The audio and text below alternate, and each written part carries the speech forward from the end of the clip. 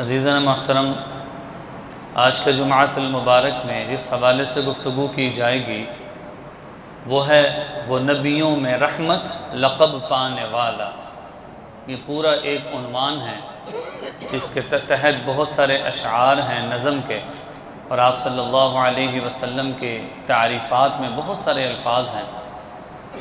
تو اس کا جو عنوان ہے کہ وہ نبیوں میں رحمت لقب پانے والا، اس میں بنیادی طور پہ اس بات کو بتایا گیا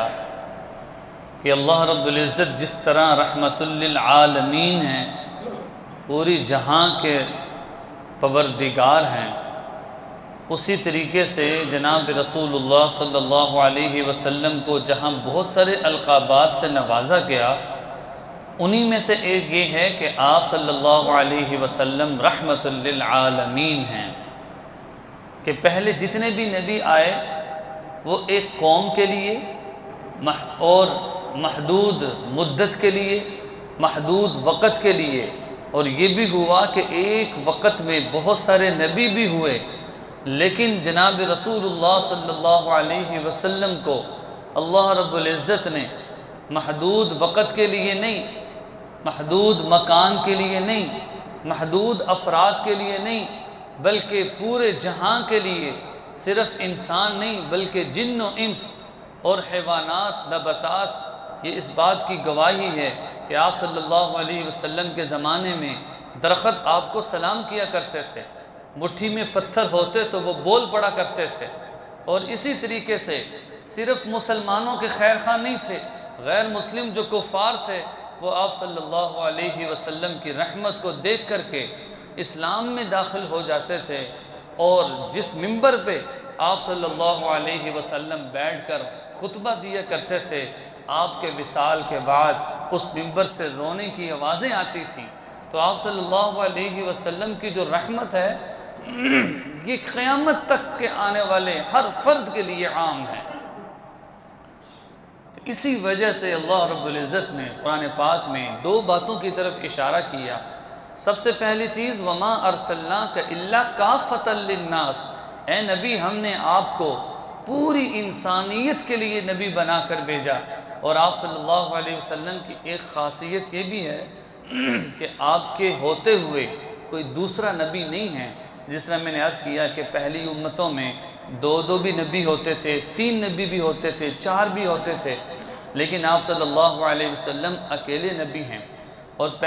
جو پہلے نبی ہیں، اللہ رب العزت نے ہر نبی کو ایک انداز دیا تھا بشیروں و نذیر کا، کہ ڈرانا بھی ہے، خوشخبری بھی دینی ہے، لیکن آپ صلی اللہ علیہ وسلم کو بشیروں و نذیر ہونے کے ساتھ ساتھ رحمت للعالمین کا بھی لقب دیا، کہ آپ کا جو دل ہے وہ مومنین کے لیے نہیں بلکہ جن و انس کفار کے لیے، سب کے لیے وسیع ہے۔ اسی وجہ سے یہ جو قرآن پاک کی ایک آیت ہے فَبِمَا رَحْمَةٍ مِّنَ اللَّهِ لِنْتَ لَهُمْ، اللہ کی رحمت سے آپ کے اندر نرمی ہے۔ قرآن پاک میں آپ صلی اللہ علیہ وسلم کو اللہ فرما رہے ہیں فَبِمَا رَحْمَةٍ مِّنَ اللَّهِ لِنْتَ لَهُمْ، کہ اللہ کی رحمت کی وجہ سے آپ کے اندر نرمی ہے، آپ کو اللہ نے نرم بنایا ہے۔ اور پھر آگے کیا فرمایا وَلَوْ كُنْتَ فَظًّا غَلِيظَ الْقَلْبِ، اگر آپ بدخو اور تنگ دل ہوتے لَنْفَضُّوا مِنْ حَوْلِكَ، تو آپ کے قریب سے سب بھاگ جاتے۔ یہ جتنے بھی صحابہ ہیں، جتنے بھی آپ صلی اللہ علیہ وسلم کے ساتھی ہیں، غیر مسلم اسلام میں داخل ہوئے ہیں، وہ آپ صلی اللہ علیہ وسلم کی نرمی، آپ کے رحمت اور آپ کی وسعت ظرفی اور قلبی کی وجہ سے وہ اسلام میں داخل۔ اس نے فرمایا کہ اگر آپ سخت دل ہوتے نا، اور اگر آپ بدخو ہوتے، سخت بولتے، تو کوئی آپ کے قریب نہ آتا۔ تو اسی وجہ سے اب جب جو رحمت للعالمین ہوتا ہے تو اس قدر اس کی قربانیاں بھی اتنی زیادہ ہوتی ہیں۔ آپ صلی اللہ علیہ وسلم ہیں، شب ابی طالب میں آپ صلی اللہ علیہ وسلم باوجود رحمت للعالمین ہونے کے آپ صلی اللہ علیہ وسلم کو قید میں رکھا گیا۔ وہ مکہ جو آپ کا گھر تھا، اتنی تکلیفیں دی گئیں کہ آپ کو اس مکے سے نکلنے پر مجبور کر دیا رحمت للعالمین کو۔ اور ان کی رحمت کا اندازہ دیکھیے، جب اسی مکہ کو دوبارہ فتح کیا تو اعلان کر دیا کہ جو اپنے گھر میں داخل ہو جائے گا وہ امن والا ہوگا، سب کو معاف کر دیا، اور اس کو فتح مبین کہا کہ یہ بڑی فتح ہے۔ پھر اسی طرح آپ حضرات کے سامنے طائف کا واقعہ ہے کہ آپ صلی اللہ علیہ وسلم رحمت للعالمین ہیں،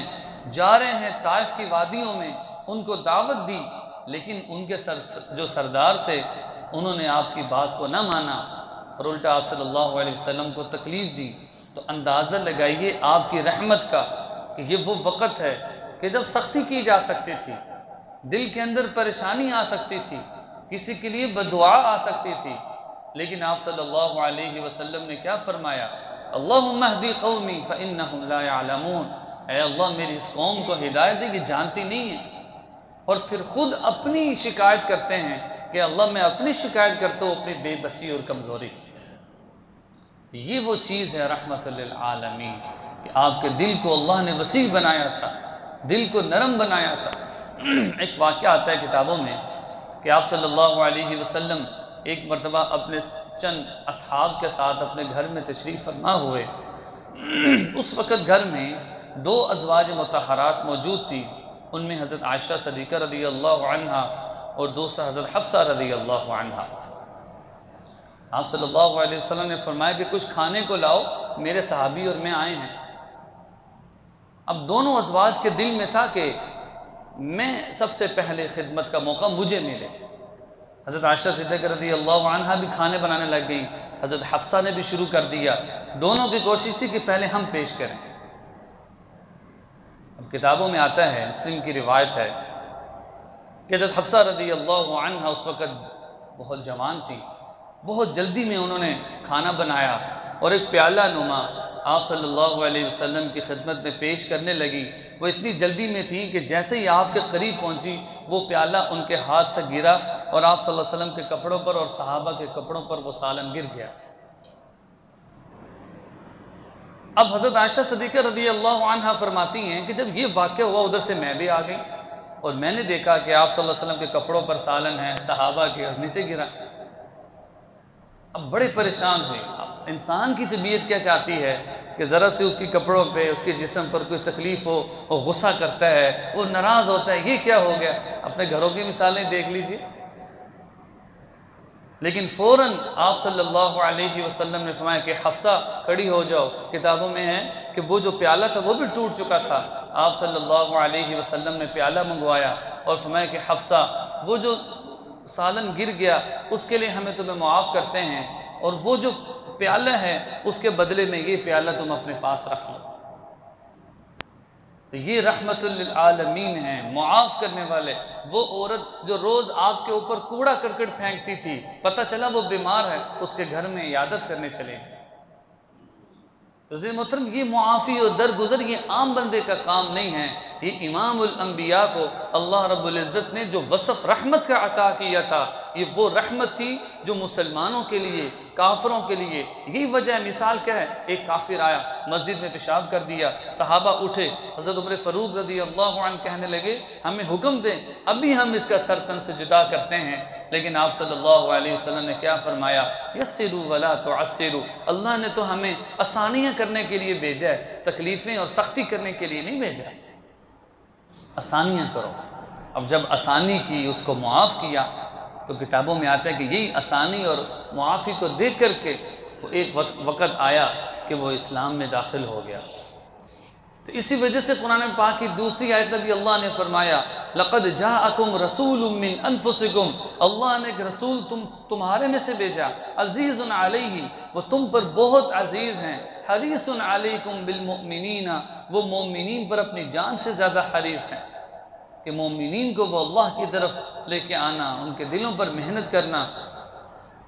میں کہ یہ اللہ رب العزت نے۔ اور پھر کافروں کی تکلیف میں سورۃ الضحیٰ والضحیٰ، اللہ نے چاش کے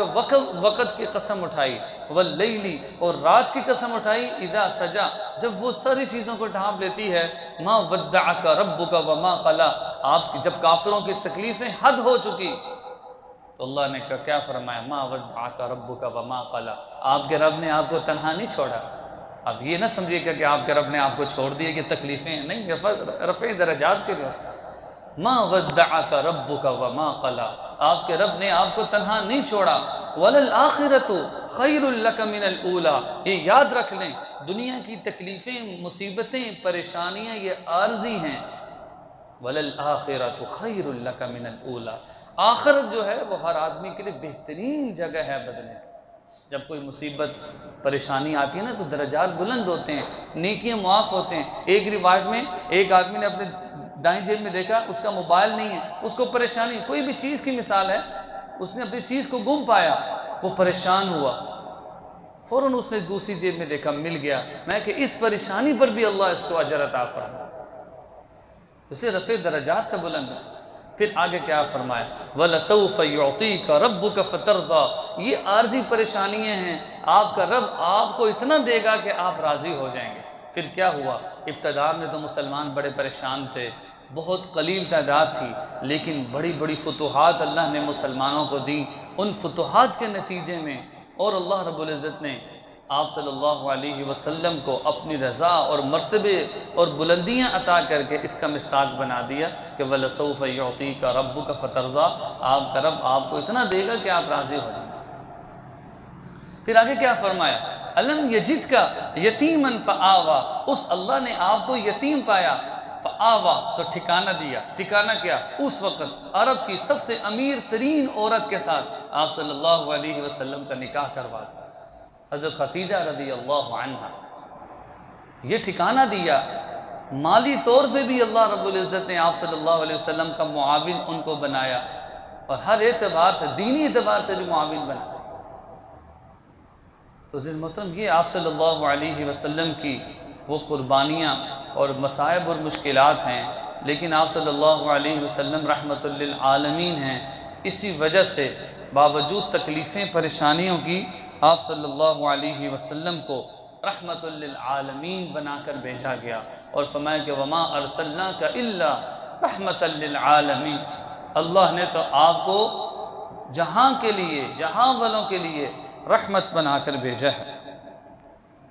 اور عزیز محترم، اس کے ساتھ ساتھ ہی بہت ساری روایت میں رسول اللہ صلی اللہ علیہ وسلم کے رحمت ہونے کا تذکرہ ہے، سو لہٰذا حضرت جابر بن عبداللہ رضی اللہ عنہ سے ایک روایت ہے، وہ فرماتے ہیں کہ آپ صلی اللہ علیہ وسلم نے فرمایا، اللہ نے مجھے لوگوں پر لا یمنع متعنا، اللہ نے مجھے لوگوں پر سختی کرنے کے لیے نہیں بھیجا یا سخت نہیں بھیجا، بلکہ اللہ رب العزت نے مجھے لوگوں پر نرمی کرنے کے لیے اور آسانیاں پیدا کرنے کے لیے بھیجا ہے۔ اسی وجہ سے کیا فرمایا تھا، یسروا، تم آسانیاں پیدا کیا کرو، ولا تعسروا، سختیاں پیدا نہ کیا کرو۔ نرمی سے اگلے بندے کے دل کو بھی لے سکتے ہیں، اس کو اعمال پر ابھار سکتے ہیں، لیکن سختی کر کے بندے کو دور، وہ اگلا بندہ دور ہو جاتا ہے سختی سے۔ اسی طرح حضرت ابو ہریرہ رضی اللہ عنہ کی روایت ہے، وہ فرماتے ہیں کہ آپ صلی اللہ علیہ وسلم کے زمانے میں جب ایک یہودی نے مسجد میں پیشاب کر دیا تھا، لیکن آپ صلی اللہ علیہ وسلم کی رحمت کی وہاں دیکھنے والی بات تھی کہ اس کو معاف کر دیا، حالانکہ عام آدمی جو ہوتا، اور اس وقت موجود تھے کبار صحابہ، ان کی طبیعت میں غصہ ہوا، لیکن آپ صلی اللہ علیہ وسلم نے اپنے رحمت ہونے کو وہاں پہ واضح کر دیا کہ آپ صلی اللہ علیہ وسلم رحمت للعالمین ہیں۔ صرف یہ نہیں بلکہ غریبوں اور کمزوروں کے لیے رحمت ہیں، یہاں تک کیا فرمایا کہ اللہ تمہاری اور اس امت کی مدد تمہارے درمیان کمزور اور بوڑھوں کی وجہ سے کرتے ہیں۔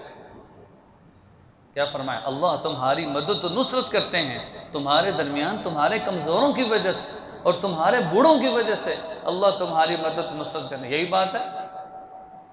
گھر کا سربراہ جب نہ ہو وہ بے برکتی ہوتی ہے، بوڑھا ہے اس کی دعائیں ہیں، اس کے اخلاص ہے، اس کا اللہ کے ساتھ تعلق ہے، اللہ اس گھر پر برکتیں نازل فرماتے ہیں۔ تو اس لیے عزیز محترم، آپ صلی اللہ علیہ وسلم نے کیا فرمایا، اوصانی بحب المساکین، کہ